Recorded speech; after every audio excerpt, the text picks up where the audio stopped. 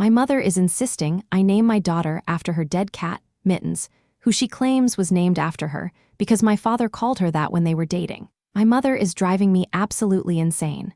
I'm currently 7 months pregnant with my first baby, a girl, and what should be a joyful time is being completely overshadowed by this ridiculous argument. It all started innocently enough a few weeks ago when my mother, Hazel, was visiting. We were chatting about baby names, something I thought she'd be excited about, and I mentioned some names my partner, Jack, and I were considering. She listened politely enough, but then she launched into this long, rambling story about her cat Mittens. Now, Mittens was a cat we had when I was a kid. She was a sweet little thing, fluffy white, lived to a ripe old age. I remember her fondly, but she was a cat. Mom went on and on about how Mittens was more than just a pet. She was family, a constant source of comfort after my father passed away when I was young. I get it, pets are important, especially during tough times. But then she said it. She looked at me all misty-eyed and said, "You know, April, Mittens would be such a beautiful name for your baby girl." I honestly thought she was joking at first. Mittens for a human baby? I chuckled nervously and said, "Mom, you can't be serious. Mittens is a cat's name." She immediately got defensive. "What's wrong with Mittens? It's a lovely name. It's sweet, it's gentle, it's unique." Unique, yes, in a no one in their right mind would name their child this kind of way. I tried to gently explain that while I loved Mittens the cat, I didn't think it translated well to a human name. I suggested maybe we could name a future pet Mittens Jr. or something, thinking I was being funny and diffusing the situation. Wrong. She took it as a personal insult. "So, my cat's name isn't good enough for your child? You think you're too good for Mittens?" She actually said that. Since then, it has escalated into a full-blown campaign. Every phone call, every visit, every text message is somehow twisted back to Mittens. She sends me articles about unique baby names, conveniently highlighting names that sound vaguely feline. She bought me a baby blanket embroidered with a paw print and the word Mittens underneath. A paw print blanket. For a human baby, the guilt trips are relentless. It would mean so much to me, April. It would be a way to honor Mittens' memory. She was such a special cat, and it would be like a little piece of her living on. After everything I've done for you, is this really too much to ask? That last one really stung. What does everything I've done for you have to do with baby names? Jack is on my side, thankfully. He thinks it's ridiculous and says we should just ignore her. But it's my mother. Ignoring her is not really an option. And honestly, part of me feels a little guilty. I know Mittens was important to her, especially after Dad died. But naming my daughter after a pet feels disrespectful, not just to my daughter, but to me and Jack as parents. We have names we love, names that are meaningful to us.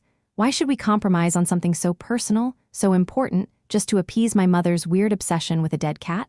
I'm starting to dread talking to her. Every conversation now is just walking on eggshells, waiting for the inevitable Mittens bomb to drop. I love my mother, I really do, but this is making me resent her, and that's the last thing I want, especially when I'm about to become a mother myself. Is it really that unreasonable to not want to name my daughter after a cat? Am I being insensitive? I just want this to stop. Update 1: things have somehow got even worse. I thought it couldn't get more intense than the paw print blanket, but I was clearly wrong. Mom visited again yesterday, supposedly, just to check in on me. She brought a gift. I braced myself, expecting another cat-themed item. Instead, she handed me a framed photo. It was a professional portrait of Mittens. Not just any photo, but a full-on, studio-quality cat glamour shot. Mittens was posed on a velvet cushion, looking regal with soft lighting and everything. Underneath the photo, in elegant script, was the name Mittens Hazel, last name, my last name. As if Mittens was a person, a member of our family, not a pet who died years ago. I stared at it, speechless. Jack, who was in the room, actually choked back a laugh. Mom, of course, took offense. "What's so funny? Isn't she beautiful? Imagine your daughter having such a lovely name, a name with such history." History? The history of a cat who liked to nap in sunbeams? I tried to be calm, to reason with her. "Mom, this is getting out of hand. We are not naming our baby Mittens. It's not a human name. It's a cat's name. And frankly, this whole thing is making me really uncomfortable." That was an understatement. It was making me feel like my mother was losing her mind. She immediately launched into tears. Real, dramatic, shoulder-shaking sobs. "You're so cruel, April. You have no heart. All I'm asking for is this one little thing, to honor Mittens, and you're denying me. You're just like your father, so cold and unfeeling." Bringing my father into this was a low blow, even for her. My father was a kind, gentle man, and she knows I hate it when she uses his memory to manipulate me. Jack, bless his heart, tried to intervene. "Hazel, with all due respect, April and I have chosen names we love. It's our baby, our decision." Mom turned her tearful wrath on him. You're putting her up to this. You're turning my own daughter against me." It was like dealing with a toddler throwing a tantrum, except this toddler was my mother and knew exactly how to push my buttons. The argument escalated. She accused me of being selfish, ungrateful, and disrespectful. She said I was erasing Mittens from the family history. I snapped. Mom, Mittens was a cat. A beloved cat, yes, but still a cat. My daughter is going to be a human being. She deserves a human name, not a pet name. I immediately regretted raising my voice, but I was at my wit's end. She gathered her things, still sobbing, and stormed out, slamming the door behind her. Later that evening, I received a barrage of guilt-tripping texts. I can't believe you would treat me like this. After all I've done for you, you're breaking my heart. I just wanted to feel close to Mittens again through your baby. That last one actually made me pause. Maybe this wasn't just about a cat's name. Maybe it was about her grief, her loneliness, her clinging to the past. I talked to Jack about it. He's still firmly in the no Mittens camp, but he's also worried about my mother. Maybe she's not really okay, he said. Maybe this cat thing is a symptom of something deeper. He suggested I talk to my aunt, my mother's sister, Alexandra. Aunt Alexandra has always been the sensible one in the family, the voice of reason. I called Aunt Alexandra this morning and explained the whole Mittens saga. She listened patiently, without interrupting, and when I finished, she sighed. Oh, April, Hazel has always been a bit dramatic, but this is different. She told me that Mom has been struggling more lately with the anniversary of my father's death approaching. Mittens, apparently, was a constant companion for her during those early years of grief. Alexandra thinks Mom is projecting her grief onto the baby, seeing naming my daughter after Mittens as a way to somehow bring back a piece of the past, a piece of comfort she desperately misses.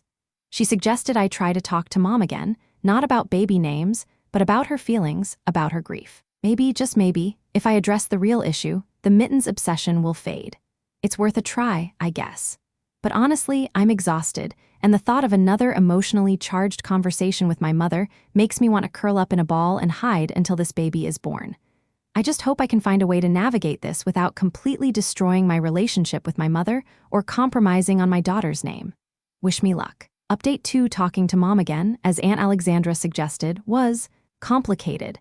I invited her over for tea, specifically saying I wanted to talk about us, not baby names. She was hesitant at first, probably expecting another argument, but she eventually agreed. I tried to approach the conversation gently, starting by acknowledging how much Mittens meant to her, especially after Dad died. I told her I understood that Mittens was a source of comfort and companionship during a very difficult time. She softened a little at that, actually looking at me instead of through me for once. She was April. She was always there. Quiet, but always there. Her voice was softer too, less accusatory. I pressed on, carefully.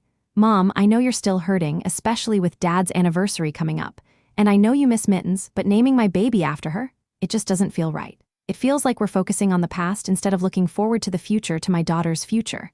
She was quiet for a long moment, stirring her tea, avoiding eye contact. Then she said in a voice barely above a whisper, "It's not just Mittens." I frowned, confused. What do you mean? She finally looked up at me, her eyes red-rimmed and watery. Mittens. Mittens was your father's name for me. My jaw dropped. Dad called you Mittens? I had never heard that in my life. She nodded, tears starting to spill down her cheeks again. When we were first dating, he said I was small and fluffy and always getting into mischief. Mittens, it was his pet name for me. She sniffled. He was the only one who ever called me that. Suddenly, everything clicked into place. The intensity of her obsession, the guilt trips, the framed photo, it wasn't just about a cat. It was about my father, about her lost love, her lost youth, her lost happiness. Naming my daughter Mittens wasn't about honoring a pet. It was about trying to recapture a piece of my father, a piece of their love story, through my baby. I reached across the table and took her hand. Mom, I didn't know. She shook her head, still crying. I never told you. It was personal, but when you said you were having a girl, it just came back to me. It felt like a sign, like maybe if your daughter had that name, it would be like he was still here somehow. The sadness in her voice was heartbreaking. I finally understood. It wasn't about disrespecting me or my daughter. It was about her own deep, unresolved grief manifesting in this bizarre, misguided way. I squeezed her hand. Mom, I get it now, I really do, but I still can't name my daughter Mittens. It's not her name. It's your name, Dad's name for you. It's special to you, to your relationship with him. It wouldn't be special for her. She looked at me, her eyes pleading. But, is there any way? Any way to honor Mittens? And your father, at the same time? I thought for a moment, my mind racing. A compromise, that's what we needed. Something that would acknowledge her feelings, her grief, without saddling my daughter with a cat's name. What if, I said slowly, what if we used Mittens as a middle name? Not legally maybe, but just. For us, we could call her first name Mittens, last name when we're talking about her to you, to family. It would be a special name just for her, from you, in memory of Dad, and Mittens the cat. She considered this, her brow furrowed in thought. The tears slowed, and she actually looked thoughtful, not just heartbroken. A middle name? Mittens, first name Mittens, last name. She repeated it a few times, testing it out. Then, slowly, a small smile touched her lips. Maybe, she said softly, maybe that could work. It's not a perfect solution, and I'm still not entirely comfortable with the idea of Mittens being anywhere near my daughter's name, even as a secret middle name. But it's a start. It's a compromise. And more importantly, it's opened up a real conversation with my mother, a conversation about her grief, her feelings, her love for my father, and yes, even her love for a fluffy white cat named Mittens. The paw print blanket is still a bit much, but maybe, just maybe, we can navigate this whole baby naming thing after all. Fingers crossed. My parents threatened to banish me if I didn't marry a stranger, but after meeting her, we discovered a shared desire for freedom from our parents' expectations. Will we defy them? It feels surreal even writing this down, but here it is. My parents, the people who raised me, clothed me, fed me, are threatening to cut me off completely, banish me from the family if I don't agree to marry someone I've never even met. I know it sounds like something out of a period drama, but this is happening in 2024 to me, Sebastian, a 28-year-old living in what I thought was a modern world. Let me give you some context. I come from a pretty traditional family, emphasis on traditional. My parents are immigrants. They came to this country seeking better opportunities, and they've built a good life for themselves and for us, their children. I respect that, I truly do. They sacrificed a lot, and I'm grateful for everything they've given me. But sometimes their idea of better feels like it's stuck in a different century. The someone they want me to marry is Olive. Olive is in, I know her name because they've told me Olive is in. I have a blurry photo of her they showed me on their phone. Olive is in, that's about the extent of my knowledge. Apparently Olive is the daughter of family friends from back home. Friends they haven't seen in years, but friends nonetheless. These friends, the parents of Olive, are also apparently very wealthy and influential back in our home country. And here's where the opportunity comes in, as my parents keep stressing. They see this marriage as a strategic alliance, a way to solidify our family's standing both here and back home. They talk about business connections, future prospects, and the prestige of being linked to Olive's family. It's all very transactional, and frankly it makes me feel like a commodity, not a son. It started subtly a few months ago, casual mentions of Olive, how suitable she is, how well-matched we would be. I brushed it off, thinking they were just reminiscing about old friends. Then the mentions became more frequent, more pointed. They started showing me pictures of Olive, telling me about her accomplishments, her excellent family background. It felt increasingly uncomfortable, like they were trying to sell me something. Then came the dinner, last Sunday. My parents announced they had arranged a meeting. Not a casual meeting, mind you. A meeting with Olive and her parents, at a fancy restaurant, with the explicit purpose of getting to know each other. My stomach dropped when I realized what was happening. This wasn't just a friendly get-together. This was a setup. I tried to protest calmly at first. I explained that I wasn't looking to get married, that I was focused on my career, that I valued my independence. I even tried to joke about it, saying I was flattered they thought I was such a prize, but I preferred to choose my own partner. They didn't laugh. They didn't even crack a smile. That's when the ultimatum came. My father, usually a man of few words, spoke with a chilling firmness. He said this was important, crucial for the family. He said Olive was a good girl from a good family, and this was a good match. He said if I refused to even consider it, if I didn't go to this meeting and give it a chance, then I would be disappointing them in a way they couldn't forgive. My mother, her eyes welling up, echoed his sentiments. She talked about family honor, about tradition, about how this was for my own good even if I couldn't see it now. And then the threat. If I didn't comply, they would consider me no longer part of the family, banishment, cut off, forever. It sounded melodramatic, theatrical, but the look in their eyes was anything but. They were serious, deadly serious. I left that dinner feeling numb. Disbelief, anger, confusion, it was all swirling inside me. I spent the week in a daze trying to process what had happened. I talked to my friends who were equally shocked. They couldn't believe my parents would do this. They urged me to stand my ground, to not let them bully me into something I didn't want. But here's the thing. It's not just about being bullied. It's about my parents. These are the people who have always been my anchor, my support system. The thought of losing them, of being cut off from my family, it terrifies me. It's not just about the financial implications, though those are real. It's about the emotional void, the sense of belonging, the love I've always taken for granted. So here I am facing this impossible choice. Marry a stranger to appease my parents and preserve my family, or stand up for my autonomy and risk losing everything I've ever known. The meeting with Olive and her parents is tomorrow. I haven't told my parents yes, but I haven't told them no either. I'm supposed to show up, be polite, see how things go. But inside, I'm a mess. I don't know what to do. I genuinely don't know what the right answer is. Is there even a right answer in this situation? I feel like I'm trapped in a nightmare and I can't wake up. Any advice, any perspective would be appreciated right now. I'm completely lost. Update 1. Well, I went to the meeting, or as my parents dramatically called it, the introduction. It was as awkward and uncomfortable as I'd imagined, maybe even worse. The restaurant was ridiculously fancy, the kind of place where you feel like you have to whisper even when you're talking normally. Olive and her parents were already there when we arrived, all smiles and forced pleasantries. Olive herself, she was beautiful, I'll give her that. Elegant, poised, perfectly put together. She looked like she'd stepped out of a magazine. But there was a distance in her eyes, a kind of polished perfection that felt unreal, like she was playing a role and I was supposed to play mine.